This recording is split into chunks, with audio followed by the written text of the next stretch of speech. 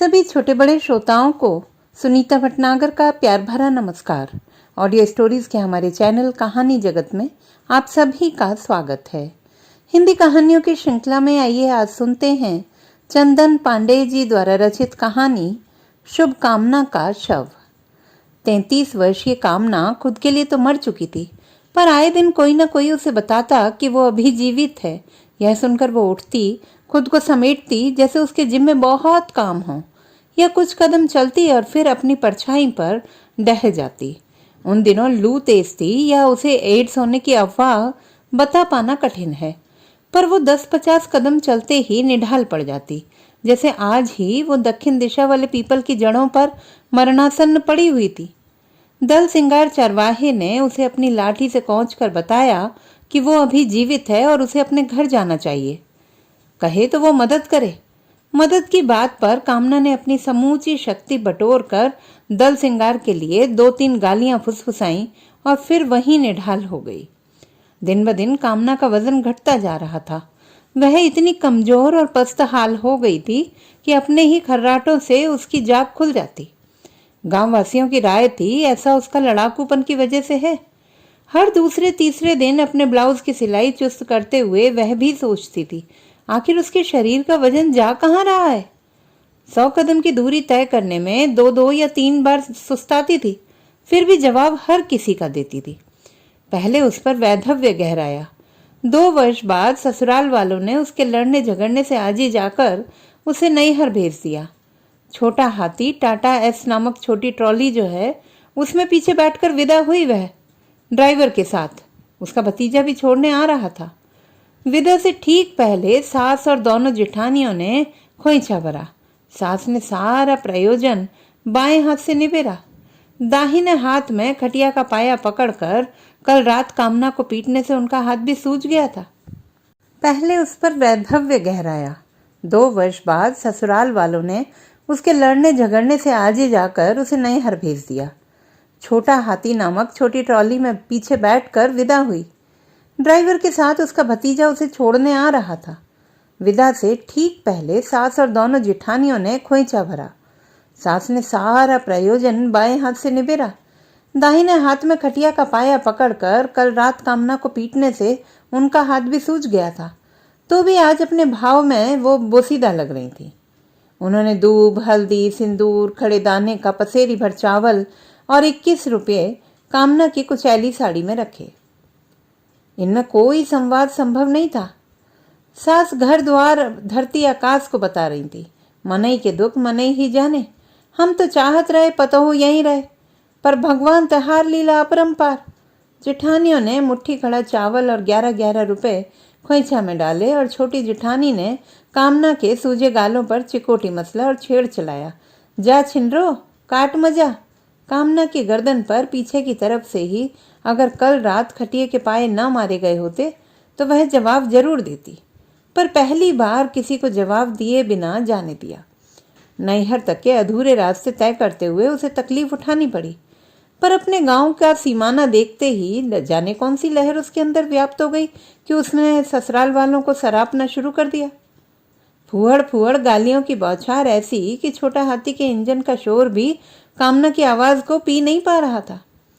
छोड़ने वाले उसे मैं सामान गांव के सिवान पर ही उतार कर चले गए। 8 वर्ष बाद नैहर देश आकर वो भूल भुलैया में पड़ गई। पहचाने लोगों की शक्ल सूरत सब बदल गई थी। नए निहारे लौंडे लपाड़े घूमते दिखे जो कामना की मौजूदगी कुछ इस तरह स्वीकारते थे, यही है झगड़हिनियां कमीनियां। गांव की गलियां लोगों के ख्यालों से भी तंग हो गई थी। गालियों और झगड़े वाले अपने शब्द भंडार में वो अर्थ भर नहीं पाती जो उसके भाव उकेरते थे। फिर भी उन्हीं किन्हीं दिनों इस आशय का कुछ सोचा था उसने। अब उसका इस दुनिया में जीने का मन नहीं करता। भौजाइयां उसे बताती कि कौन सा कमरा किसका है, तब भी वह मुस्कुराती, यह सोचते हुए कि अपने ही घर में पता पूछना पड़ रहा है। पहली दफा कचहरी जाने के दिन उसकी भौजाइयां उसे तैयार करा रही थी। मंजली ने पाया कामना को बुखार है। किसी और को इत्तला करने से पहले पति को बताई। बहन के मानस में सम्मान छेंकने की लड़ाई में हल्की बढ़त बनाते हुए मंजली ने बात बढ़ाई। बहिनी को लेकर पहले वैद्य से मिलते हैं, फिर कोई कोर्ट कचहरी होगी। कमजर्फ वैद्य ने मुस्की काटते हुए सबको सुनाया। दुल्हन को प्रेम ज्वर है। वैद्य के शब्द चयन पर लोग अमूमन शर्म और हैरानी व्यक्त कर रह जाते हैं। अपनी वैद्यकी पर लोगों के यकीन के नाते वो सार्वजनिक दिल्लगियां करते रहता था। पर इधर तो लड़ाई ही दूसरी थी। मानसिक गरीब पर दो शारीरिक मजबूत घराने लड़ रहे थे और फिर आपस का बाट बखरा वाला अंदेशा भी भाइयों में व्यापने लगा था। इसलिए छोटे ने मंझले की बढ़त कुचलते हुए वैद्य को चिल्लाकर हड़काया। कहना कठिन है बहन कितनी चैतन्य थी और कितनी तरजीह इन बातों को दे रही थी। दवा दारू लेकर वो सब तहसील कचहरी पहुंचे। कचहरी की जगह सीली थी। बाहर तिरपाल ताने ऊँगते अनमने से टाइपिस्ट कचहरी की दीवार फाड़ कर झांकने के अंदाज में उगे पीपल के कुछ पौधे, अधिकतर कमरों में बंद ताले, गाली गुफ्तार से हर हराता कचहरी का अहाता। कामना का अंदेशा सच साबित हुआ। ससुराल वाले भी आए थे। इन सब के बीच पाए लगी देर तक चली। यह सब उम्र के मुताबिक नहीं, रिश्ते के मुताबिक हुआ। जैसे उम्र में छोटे जेठ का पैर कामना के बड़े भाई ने छुआ। ऐसे मिल रहे थे मानो किसी और के झगड़े में आए हों। कामना किसी टाइपिस्ट की चौकी पर नीम तले बैठी रही, बिना घूंघट किए। दोनों पक्ष के वकील वकालत छोड़कर सब कुछ जानते थे। समझौते की दुनियादारी की संज्ञा से पुकारते और चाहते थे कि इन दोनों पक्षों की सुलह भी कचहरी के बाहर ही हो जाए। यही तरीका है। पहले जायदाद के फायदे दिखाकर अदालती मामला दर्ज करा दो, कई दफे फीस और खर्चे तमाम वसूल लो, फिर सुलह सुलफ करा दो। कामना के भाई बहन को उसका 16 बीघे वाला अधिकार दिलाना चाहते थे। न्यायाधीश की टूटी कुर्सी के सामने ही दोनों पक्ष आपस में भिड़ गए। ससुराल वालों में से एक ने बंदूक निकाल ली। बंदूक के दरस पाकर सबसे पहले सिपहिया सब कचहरी से फरार हो गए। ससुराल वाले अपने वकील तक को बोलने नहीं दे रहे थे। सबसे बड़ा जेठ गुस्से में बोलते बोलते अपनी ही जीभ दांतों से काट बैठा तो मंझले ने मोर्चा संभाला, जिसके पास बंदूक थी। मलिकार, मौली, गांव के कुबाहन सब बहन की कमाई खाना चाहते हैं। धंधा कर लो बहिचो। बड़का बहिनी का अधिकार दिलाने आए मलिकार। अभी से हमारी पुश्तैनी जमीन के ग्राहक चक्कर लगाने लगे। बहन के हिस्से की जमीन मिलते ही ये सब बेच खाएंगे। लंबा एकालाप चला। उसने कामना को भी खूब सुनाया, लेकिन एक गलती कर दी। गर्मा गर्मी के दौरान कामना को एक गाली दे दी, जिस पर वह फूट कर रो पड़ी। गाली थी भतर काटी। इतना सुनना था कि उन बहादुरों की बंदूकें धरी की धरी रह गईं। कामना के भाइयों ने उसके जेठों और देवरों को कुर्सियों से मार मार कर कुर्सियां तोड़ डाली। कूटने के बाद छोटे भाई ने हाँफते हुए कहा, बहन का हिस्सा तो तोर बाप भी लिखेगा रे दोगलासन। ये लोग ससुराल वालों को कूच कांच कर और बहन रुलाई रुकवा कर लौट रहे थे, तब सिपहिया लोग आते दिखे। वही सब सिपाही जो दोनाली देखकर भाग गए थे। बिना किसी दरियाफ्त के उन सबों ने सफाई पेश की। खैनी चूना वास्ते टहलने निकल आए थे। सब निपट गया। पांडे बाबा बोनी कराओ। मंझले भाई ने 100 के 4 नोट अपनी जांग पर रखे और कहा, ले जाओ दरोगा जी, तेल लगाने के काम आएगा। बड़के ने आंख तरेर कर बात घुमाई। कहा, लड़बक, और पैसे उठाकर नायब के पैंट और जांघिए में कहीं खोस दिए। पुलिस वाले सोच नहीं पा रहे थे कि दरोगा वाले संबोधन से खुश हो या बाकी बातों का बुरा मान जाए। बड़े भाई ने फिर कहा, दरोगा बाबू, गांव की ओर कभी आओ। इस तरह पुलिस वाले अपनी आबरू को लेकर आश्वस्त हुए। दरअसल इस इलाके में पुलिस इतनी बदनाम थी कि अगर ये 2-4 की संख्या में हुए और कोई गलती कर दी तो बड़ी मार पिटाई खाते थे। हाँ, अगर दल बल के साथ हों तो फिर मामला उल्टा हो जाता था। यहाँ इन्हें डर था कि कुछ भी उल्टा सीधा हुआ नहीं कि सारी कचहरी मिलकर मारेगी। भारत से दूर देश के इस हरे भरे फिर भी अधमरे इलाके में वकीलों का बोलबाला था। अदालतों के आ जाने से जायदाद और मिल्कियत के मामलों में पंचायती या बाहुबली फैसले अवैध हो गए थे। वकील थे कि वकालत से अलग सब करते थे। वो कोई भी राय दे सकते थे और मौके बेमौके उसे सही साबित भी कर सकते थे। कामना के ही मामले में जब दोनों तरफ के वकीलों ने सलाह दी, तारीखों पर आया करो, सब आते रहो, कचहरी में ही झगड़ते रहो, फिर सलाह दी कि कामना जिस घर अधिक समय गुजारेगी उसकी दावेदारी अधिक होगी। इस मशवरे पर कामना के अपहरण का सिलसिला शुरू हुआ, जो तब तक चला जब तक कामना बीमार ना पड़ गई। दोनों तरफ के लोग जब झल्लाते, ऊबते, अदालती खर्चों से चिहुकते तो कामना की पिटाई करते थे। ऐसे तो उसका बड़ा मान जान था, पर परेशान होते ही लोग उसे ऊंच नीच कहना शुरू कर देते थे, जिसके जवाब में वो गरियाती और फिर पिटती। कभी कभी वो गाली न भी दे तब भी लोग उसे पीट बैठते। इसका पता कामना की रुलाई से चलता था। जब वो मार के बरक्स गाली दे देकर लड़ती और अपने ऊपर के वार बचा बचा कर लड़ती तो उसकी रुलाई में शोर हुआ करता था, चिल्लाहट, रूखी सी कर्कश रुलाई। चोट उसे फिर भी आई होती, पर उसके रोने से आप समझ जाते कि यह रुलाई मुकाबले में पराजित की रुलाई है। लेकिन जब वो बेकसूर पिट जाती बिना गाली गलौज किए, तब उसकी रुलाई राहगीरों तक के मर्म को भेद देती। कभी कभी तो उसका रोना इतना विह्वल कर देता कि खुद पीटने वाला भी रोना लगता, वो चाहे उसके देवर जेठ हो या सगे भाई। भौजाइयां भी चाहती कि वो खूब पिटे, पर पिटाई शुरू होते ही वो ननद के पक्ष में रोने लगती। ऐसे में पीट चुके लोगों का तर्क होता था, क्या हुआ जो उसने मुंह से गाली नहीं दी, पर उन्होंने गाली को उसके गले में ही देख लिया था। कामना जिससे भी पिटती उससे बातचीत बंद कर देती। धीरे धीरे नैहर गांव के दर्जी से अलग कोई उससे बात करने वाला नहीं बचा। सबको इस बात का दुख था कि क्यों नहीं कामना खुद से अपनी जायदाद उनके नाम कर देती है। ससुराल वालों को कामना का व्यवहार इतना अखरा कि उन्होंने कामना के पति वाली बीमारी का हल्ला कामना के नाम पर फूंक दिया। भाइयों का भी यही हाल, लेकिन वे इस उम्मीद में चुप थे कि आज नहीं तो कल सब मिलना ही है। कामना के 7 भाइयों में बंटवारा हो चुका था और सिवाय कामना की जायदाद के वो किसी मुद्दे पर एकमत नहीं हो सकते थे। दर्जी की बात दूसरी थी। जब से कामना नैहर लौटी उसका स्वास्थ्य गिरता चला जा रहा था। आए दिन कपड़े चुस्त कराने या पुराने कपड़ों को उधड़वा कर नया बनवाने के लिए कामना दर्जी तक जाया करती थी। दर्जी का नाम मियाँ जी पड़ चुका था और उन्होंने अपने डरे सहमेपन के नाते गांव में अच्छा खासा सम्मान कमा रखा था। जब भी कामना वहां जाती देर तक बैठती। लोग आते, अक्सर औरतें, और दर्जी से बातचीत के बीच कामना को ऐसे देख लेती जैसे वो किसी परिचित गांव की अपरिचित है। वो वहीं बैठी रहती। जब वे लोग चले जाते तो कुछ न कुछ बतियाती। होशियारों को शुबहा था कि दर्जी ही कामना का वकील बना है, जबकि कामना मियाँ जी से जो बातें करती उसका कुल लक्ष्य होता था जैसे वह दर्जी के माध्यम से अपने जीवन को समझना जानना चाहती हो। कामना का एकमात्र अपराध अकेला पड़ जाना था, इतना वो समझती थी। इसका दुख भी उसे था।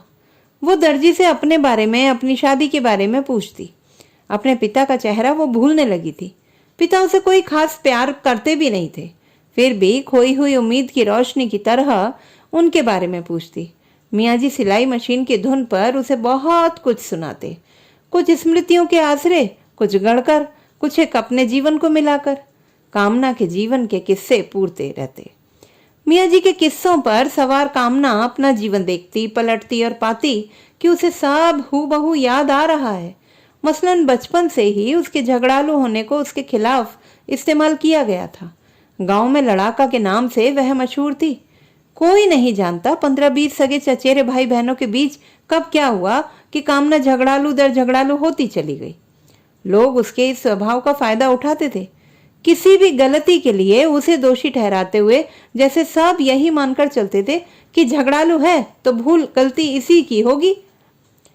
कामना के ब्याह में भी यह आरोप इस्तेमाल हुआ। ब्याह तय होने के 3-4 महीने तक लोग यही बातें करते रहे कि खेतीहर के घर जा रही है, भाग्यशाली है, दूल्हे के पिता का नाम काम बड़ा है, बरसों बरस से दोनों पहर का चूल्हा इनके घर जलता रहा है, दूल्हे का बड़ा भाई कचहरी में चपरास लगा है। शादी तय तपाड़ होने के 5 महीने बाद कामना की माँ को यह ख्याल आया कि दूल्हा कैसा होगा, किसी ने देखा भी है या नहीं। कामना के पिता से पूछा तो उनका कहना था, लड़का क्या देखना, ये तो नसीब की बात है। कामना के भाई ने बताया, लड़का ट्रक चलाता है, जल्दी ही अपना ट्रक खरीद लेगा, अभी ट्रक लेकर निकला हुआ है, ब्याह के दिनों में ही आएगा। किसी ने पूछा, लड़के का नाम? दरअसल लड़के के पिता घर बार का नाम इतना बड़ा और व्यापक था कि दूल्हे का नाम किसी को मालूम ही नहीं था। माँ को शायद पसंद ना आया। सोचा दामाद ट्रक घुमाता है, ऐबी होगा।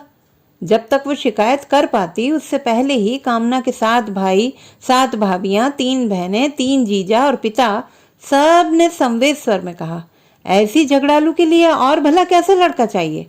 भाइयों ने चूंकि मिलकर अभी कुछ ही दिनों पहले इससे मारा पीटी की थी, इसीलिए उनसे और उनके परिवारों से बातचीत बंद थी। वजह चुरा कर दूध पीना बतलाई गई थी। कामना के बड़े भाई राम आसरे को कुछ एहसास हुआ और उन्होंने हजाम को बुलवा भेजा। हजाम आया, बख्शीश में 11 रुपए पाकर नायगांव की राह चल पड़ा, जहां दूल्हे का नाम मिल सकता था। कामना बेहंसते हुए कहती थी, वहां भी सबको पानी पिला दूंगी। लोग मजे लेते थे। वो जानती थी लोग आनंद ले रहे हैं, इसलिए वो बढ़ चढ़ के दावे करती थी। उसका सोचना बड़ा प्यारा और जिद भरा था। वो अकेले पढ़कर थक चुकी थी। हर झगड़े झंझट के बाद वो पाती थी कि तमाम मारपीट गाली गलौज खत्म होते ही वो अकेले पड़ गई है। जिसके लिए लड़ रही होती वो ही पता नहीं किस मुकाम पर कामना का साथ छोड़कर विरोधियों से मिल जाता। बहाना वही, बहुत लहज़बान है। कई बार तो ऐसे बदतर मौके भी आए जब उसे अपना भोजन अलग पकाकर खाना पड़ा। कामना ने तय कर रखा था कि नए घर में प्रवेश करते ही वो अपने आप को बदल लेगी। कोई जवाबी नहीं, कोई झंझट नहीं, कुछ भी ऐसा नहीं करना। कामना खुद से कहती कि सब तुम्हें अलग थलग कर देंगे। उम्रवान और दुनिया देखे पति के लिए शादी की रस्म ही महत्वपूर्ण थी, सो 2 से 3 दिन में ही चलता बना। ख्याल उसके भी नेक थे, पर विवाह के रोमांच से वह भिज्ञ था। इसलिए शुरू दिन से ही एक प्रेमिल निस्पृहता उसने पत्नी के लिए बना ली थी। कामना ने भी अपने गांव में नवेली ब्याहताओं की जो गति देखी थी, सुनी थी, इसलिए उसे किसी बात का आश्चर्य नहीं हुआ, दुख भी नहीं। एक तो उसके साथ उसका दृढ़ निश्चय था, जिसमें उसके ऊपर लगे झगड़ालू का निशान उतारना था। दूसरे गांव का उसका अनुभव कि उसने चुप चुप रहते हुए जीना शुरू किया। लोगों की निगाह पर वो तब चढ़ी जब उसका पति 1.25 साल बाद बीमार मरनासन लौटा। साथ लौटे खलासी ने बीमारी का नाम एड्स बताया और यह भी कि डॉक्टर ने कहा है कि अब चलने चलाने का वक्त आ पहुंचा है। बीमार पति को कामना के कमरे में डाल दिया गया। कामना को उसके आगम की खबर हो चुकी थी, फिर भी सारा काम निपटा कर घर बुहारना, चौका लीपना, बर्तन मांजना, दिया बाती करना, मसाला पीसना, खाना पकाना, ठाकुर जी को भोग लगाना, सबको खिलाना, सास का बिस्तर लगाना, भैंस का भात चढ़ाना, खली भिगोना, सब निपटाकर ही वह कमरे में लौटी। डिबरी की नीम रोशनी में पति को आधा अधूरा देखा। इच्छा और अनिच्छा के बीच के किसी भाव से ही सही पैर छुए और शक्त पति फुसफुसाया। न मालूम कहाँ का चोर उसके मन में समाया कि बच्चों के लिए रखे दूध में से पसर भर निकाल कर पति के लिए लेने गई। ला ही रही थी कि पकड़ी गई। ससुराल में उसकी यह पहली पिटाई थी। 2 महीने तक स्वरूप जीवित रहा। इस बीच का उनका जीवन कामना की खातिर सर्वोत्तम साबित हुआ। ऐसा नहीं कि साथ खूब मिला, ना, दरअसल साथ होने के एहसास को वह पहली मर्तबा जी रही थी। सुबह जल्दी उठकर कामना स्वरूप का बिस्तर बाहर लगा देती। यह विदाई समूचे दिन की होती थी। एक रात स्वरूप ने हाजत की बात बताई। किसी को बताए बिना कामना खुद स्वरूप के साथ बाहर चली आई। निपटान तक वो वहीं मेड़ पर बैठी रही। यह उसके लिए पहला मौका था जब वो पति के साथ घर से बाहर निकली थी।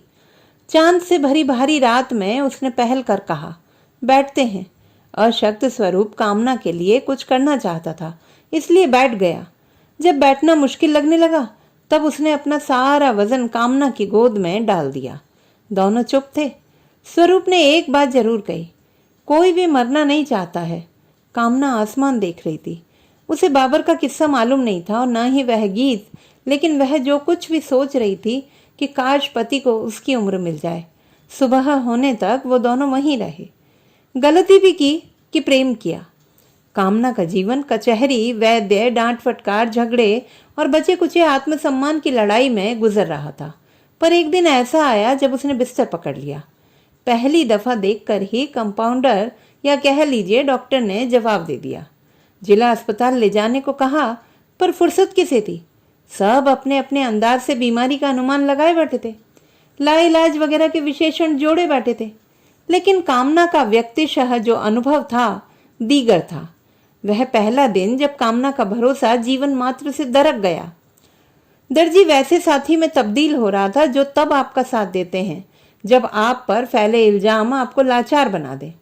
सुख दुख का साझा, गांव गिराव की उलटबाजियां, ऐसा अकुंठ अनुराग उपज आया था जो सहज संभाव्य होते हुए भी मर्यादितों के लिए वर्जना है। पर उस दिन दर्जी ने शरारत कर दी, इरादतन। इस गांव की दोपहरी में सुनसान भी शोर करता है। दर्जी ने झोंक में आकर कामना को दीवार से टिका दिया। वह व्यवहार से इच्छाहीन और शरीर से अशक्त जान पड़ता था। कामना माजरे से अनजान न थी। उसकी अपनी कामनाएं होते हुए भी जैसे बंद किसी पोटली में ढकी रह गई हों कि वो अवाक पड़ गई। निर्जोर विरोध किया। दर्जी के हाथ पांव चल रहे थे, पर जाने क्यों आंखें मुंद गई थी।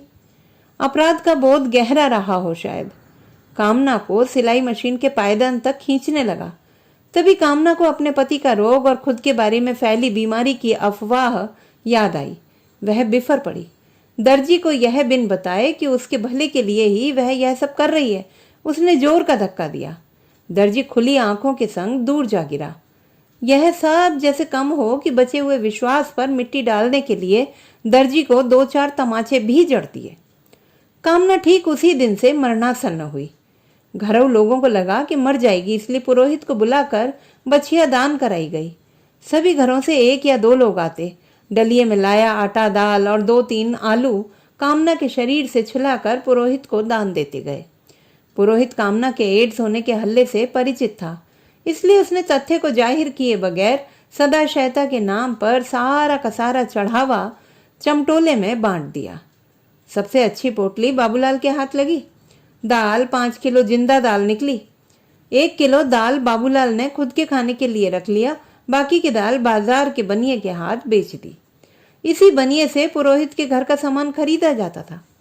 अनुमानों के उलट जब कामना जीवित बच गई, तब सबकी उम्मीदों और जान में जान आई। वकीलों के मशवरों और उन पर अमल का दौर शुरू हुआ।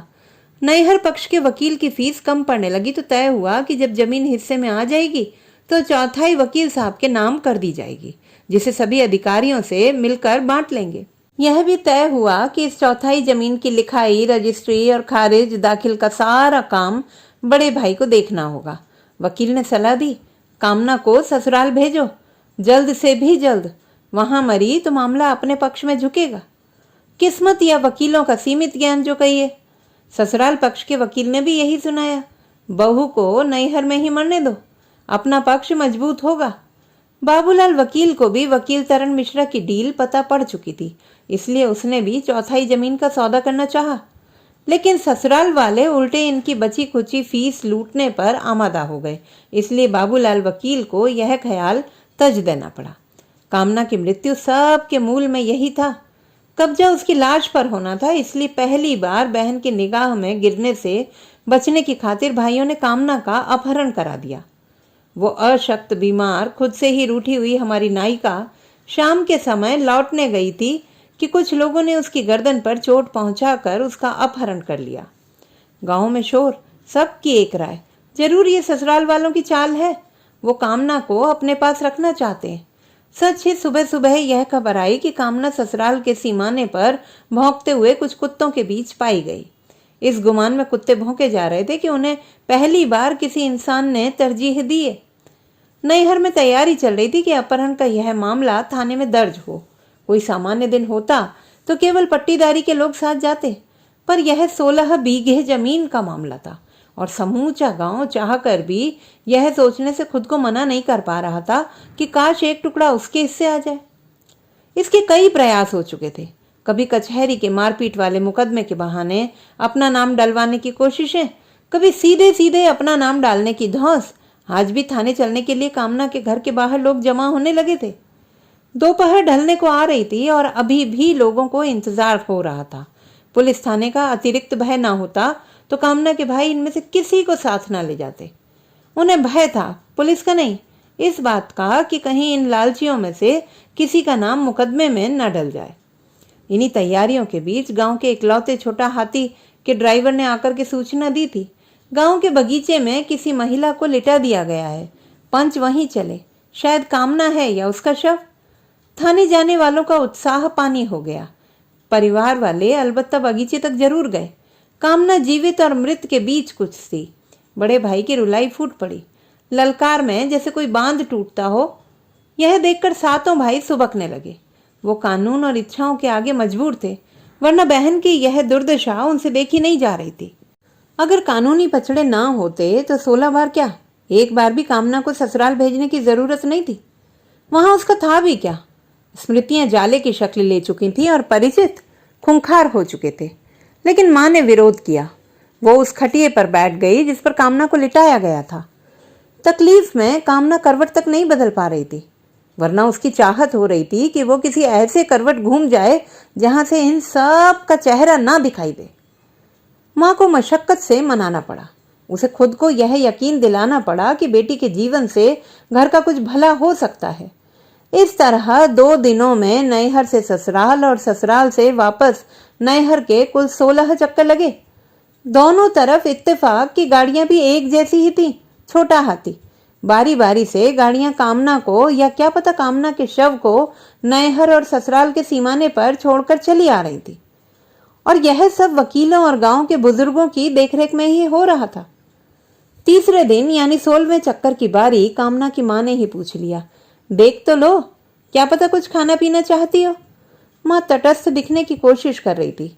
उसे लग रहा था कि बेटी के लिए उमगते भय और स्नेह का पता घर वालों को चलेगा तो कहीं बुरा न मान जाए। एक भौजाई गाड़ी के पास गई। यहां उसे अनजाने ही बढ़त हासिल हुई। कामना जिस चारपाई से बंधी पड़ी थी उस पर समय खर्चा और नब्ज टटोलती रही और मारे अचरज और खुशी के रोने लगी। मृतक के घर में ऐसा कोई ना कोई निकल ही आता है जिसे शोक के सभी भाव स्थगित करने पड़ते हैं और लोहार, हजाम, पुरोहित आदि को बारंबार बुलाने जाना पड़ता है। कामना के भतीजे के जिम्मे यह काम आया। पुरोहित ने घर बैठे ही कफन दफन के सामानों की सूची लिखा दी। कफन पहनाने से पूर्व पानी के गलबल छींटे मारकर कामना के शव को नहलाने की रस्म निभाई गई। पूरे शरीर में घी मलने की बारी आई। मां ने अपना संताप परे रखकर यह काम लिया, पर बेटी का चेहरा देखकर वहीं बैठ गई और बिना आवाज रोती रही। मंझली भौजाइयों ने घी मलने का काम पूरा किया। टिकटी के लिए बांस की जरूरत थी। सतव लोहार ने खुद न आकर अपने बेटे अयोध्या को भेज दिया। अब सतव के बड़े बेटे अयोध्या ही इस गांव की लोहारी देखते हैं। बंटवारे में अयोध्या के हिस्से 2 गांव आए हैं और बाकी के 2 बेटों के हिस्से एक गांव। वो दोनों बेटे शहर जाकर बढ़ईगिरी करते हैं। अयोध्या इस पेशे में नए हैं, फिर भी भिज्ञ हैं। टिकटी के लिए हमेशा 3 बांस उसी घर की बंसवाड़ी से काटते हैं जिनके यहाँ मृत्यु आई होती है। इस बार गांव के 3 बड़े घरों की बंसकोठी से एक बांस लिया। अयोध्या चूंकि मृतका के उम्र भर से वाकिफ थे, इसलिए उनका कहना था कि बांस मजबूत चाहिए। अयोध्या बांस काटते गए और मृत कामना के 3 भाई उसे बंसकोठी से खींचकर निकालते और फिर अपने दरवाजे पर लाकर रखते गए। टिकटी तैयार होने में 1 घड़ी का समय लग गया। कामना के घर का मजाक बनते बनते तब बचा जब भावनाओं के उत्साह में बड़ी भाभी ने सिन्होरा भेजकर टिकटी के पास रखवा दिया। रोहू हजाम ने बताया कि विधवाओं के साथ कुछ नहीं जाता। चुपके से उस सिन्होरे को अंदर भेज दिया गया। वैसे वहां मौजूद वकील ने इसे अपनी पराजय माना। अगर सिन्होरा भेजने की परंपरा होती तो अदालत में एक मौका यह भी कहने को मिलता कि ससुराल पक्ष ने निर्दयता पूर्वक सिन्होरा दबा लिया, इसलिए कामना के शव का संस्कार भी अधूरा हुआ। वकील का मानना था कि न्यायाधीश अधूरे संस्कार के इस तर्क पर विह्वल हो जाते और अगर नैहर के पक्ष में फैसला न सुनाते तो कम से कम सुनाने का मन तो बना ही लेते। कामना का शव दाह सरयू किनारे होना था। घर से 8 कोस दूर अर्थी लेकर इतनी दूर पैदल चलना कठिन है, फिर भी लोग जाते हैं। इस बार लगभग सारा गांव नंगे पांव कामना की शव यात्रा में निकल पड़ा था। दर्जी गांव में ही रह गया था। लोगों ने पूछा भी, पर वो आने से इनकार कर गया। समूचे रास्ते बारी बारी से लोग कांधा बदलते चले गए। शव को घर से उठाकर और घाट पर फूकने के बीच 5 दफे ही जमीन पर रखा जा सकता है, जिसमें एक बार गांव के सीमाने पर रखने का भी चलन है। इसलिए बाकी के रास्ते में हर 2 कोस पर अर्थी रखी जाती और लोग सुस्ताते। यहाँ से नए लोगों का समूह अर्थी उठाते हुए आगे बढ़ रहा था। कोशिश यही थी कि एक समान ऊंचाई के लोग ही एक बार में कंधा दें, ताकि शव इधर उधर ना खिसक जाए और वजन किसी एक तरफ ही ना बढ़ जाए। पर घाट पहुंचते पहुंचते कामना का शव पीछे की ओर लुढ़क आया था। छल गलैया गांव के बूढ़े बरगद के नीचे जहां अंतिम दफा शव को जमीन पर रखा गया, साइकिलहा और पैदल शव यात्री आराम फरमा रहे थे कि किसी ने खबर सुनाई, नाय गांव वाले घाट पर दलबल के साथ इंतजार कर रहे हैं। सबका कलेजा सूख आया। वकील ने बताया, जरूर वो लोग लाश छीनने की कोशिश करेंगे। उन लोगों के पास बंदूकें थीं जो वो लोग लेकर आए होंगे। नैहर के लोग इस आशंका से अनभिज्ञ थे, इसलिए कुछेक के हाथ में टेक लाठी के अलावा और कुछ न था। शव यात्रा को विराम दिया गया। लोग साइकिलों से वापस लौटे और जिस भी हालत में उनके पास जो भी हथियार मिले लेकर आए। टॉगी और कुदाल से लेकर कट्टा बंदूक सब लेकर आए और शव यात्रा आगे बढ़ी। दोपहर सबके कलेजे पर चढ़कर बोल रही थी। नदी का किनारा और उसकी तपती रेत का विस्तार इतना खुला था कि कोस भर दूर से ही लोगों के पांव जलने शुरू हो गए थे। कूदते फांदते रेत और सरयू नदी को गाली देते हुए लोग शव लेकर नदी की ओर ही भाग रहे थे। नदी धूप की तरह चमक रही थी और उस खुले में इतनी रोशनी थी कि चौंध से सभी अंधे हुए जा रहे थे। डोम बुलाया गया। लकड़ी और गोईठा गांव से ही आया था। डोम से 2 किलो नीम की लकड़ी रस्म पूरी करने के लिए ले ली गई थी। चिता सजाने के लिए लोग आम की मोटी बल्लियां नीचे बिछा रहे थे तो डोम ने टोका, आम की लकड़ी जल्दी जलती है, इसलिए उसे ऊपर रखिए। नीचे जामुन और खैर की लकड़ी रखी गई। लाश को तुरंत ही उस पर रख देना चाहिए था, पर इस बात के लिए फैसले में देर हो गई कि मुखाग्नि कौन देगा। सभी भाई अपनी विनम्र और अश्रुपूरित दावेदारी पेश कर रहे थे, पर बड़े भाई ने अपने बेटे नरेश यानी कामना के भतीजे को आगे कर निर्णायक बढ़त ले ली। मंझले ने अपने बेटे की बात चलाई, पर सभी ने एक स्वर में कहा, उसका उपनयन संस्कार नहीं हुआ है, इसलिए वो अयोग्य है। इधर चिता पर शव रखा जा रहा था और उधर पुरोहित नरेश को नदी स्नान के लिए तैयार कर रहा था।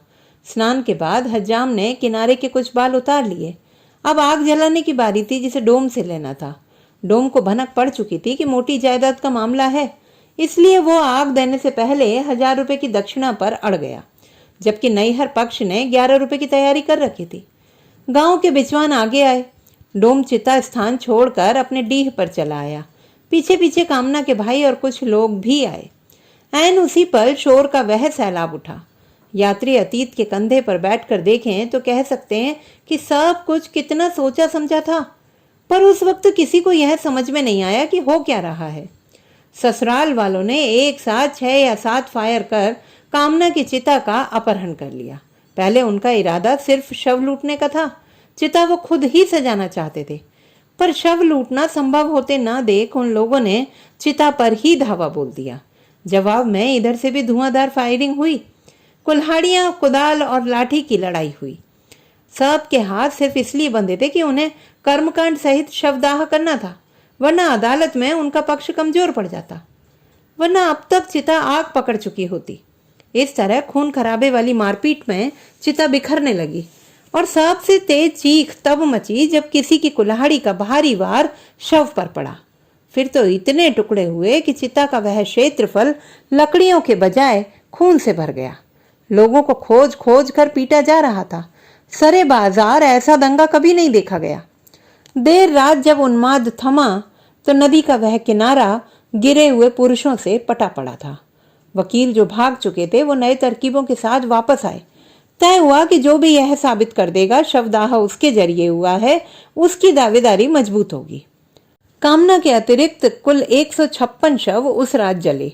दोनों मुद्दई पक्ष पीछे छूट गए। दोनों गांवों के ताकतवर लोगों ने लाश के टुकड़े चुन चुन कर नदी के किनारे 100 से ऊपर चिताएं जलाईं।